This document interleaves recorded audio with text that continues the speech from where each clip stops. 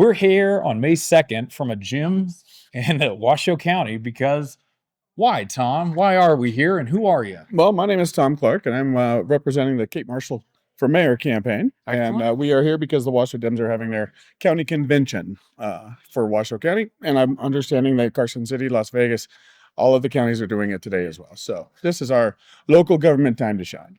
This is kind of like the internal Super Bowl of the Democrats, right? We have to sort of figure out who's in the playoffs, right? We're coming towards the primaries. That's the Super Bowl. But is this kind of the let's see who's in the race kind of thing, right? It's who's in the race and what is the platform of the party itself. As a party, as the Democratic Party looks into not just the June 9th primary that we have here in the state, but the general election that's going to come up in November too. What does the Democratic Party really stand for? That's what this convention is. Well, and that's why we're very interested today, because that's a big question for Next NV is what's coming next to Nevada. And I feel like some of these platforms might indicate what the future holds for Nevada. So, Tom, what do we want to see next in Nevada? I think that, as we were talking about previously, the fact that they are taking positions on technologies that are occurring in our state. And it happens too with data centers, it happens with how electrons are used, how water is used, how the precious resources that we have are used by those types of things. Lots of rhetoric on the internet, right? Everybody's got an opinion of data centers are going to use all of this energy and we don't need it, we don't need it, we don't need it.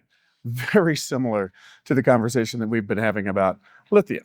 Yes. Yeah. I don't want to hear it, don't mind it here. I know it's here, but it's going to have too much of an impact on our precious resources. Well, hold on. Fact check.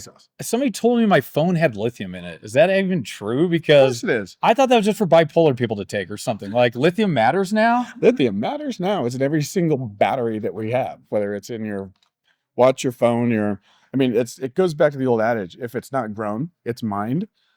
It's the same kind of a concept here in Nevada. So the university really needs to take advantage of the fact that they are a research-based educational entity. Study these things. Give the people that are deciding what this platform is going to look like the tools that they need to make an educated, factual base opinion on those types of technologies instead of just what are we reading on the internet. Well, isn't lithium kind of old hat? We got a lithium loop. It's sort of mined here. It's kind of refined here. We definitely put it into car batteries, but should we just jump the shark and go for small modular nuclear reactors already? I mean, SMRs, baby, right? But I do think, the energy portfolio of Nevada is a big question. Do we ever make enough power? We used to make too much power. We used to export it. But today and now, maybe it's not just data centers, but the power generation we need to do for the data centers. But we're seeing the lithium loop get engaged because battery storage could be that bridge between grid power and stability, whereas large suckers of power make instability. So, look at the loop, right? It's not just digging it out of the ground. It's digging it. It's the mining of it. It's the processing of it. It's the putting it to work in the manufacturing side of it, and then the back side of that is the recycling side of it. And the university has done some of that, working with companies like Dragonfly, who makes a lithium-based deep cycle battery right here in Reno, and they're worldwide now. And it's a really amazing technology. If you've got an RV or a boat or whatever, you need to have a battle-born battery in your equipment because it's just amazing. But the university has been a big part of that too, from making sure that the folks that Dragonfly needs are being trained and educated, the scientists, the researchers, so that they have somebody to employ and put them to work to make more batteries and do those kinds of things. That's that loop. Are we going to see that with data centers? What we see with data centers is now all of this. Do you remember the Bitcoin? Everybody's going to have Bitcoin. If you mine Bitcoin, it's going to take so much energy. And then we have to have all of these facilities. You're going to be paying for your Starbucks with Bitcoin. I remember somebody telling me that. And the Starbucks I bought with that, I regret today. Thank you. But imagine, you got to kind of look at the AI side of things and the data center side of things is it the same thing? Is it going to be the same flash in the pan that Bitcoin was? Who knows? Is it going to be that AI to be able to develop those tools is going to need all of these data centers? Maybe not.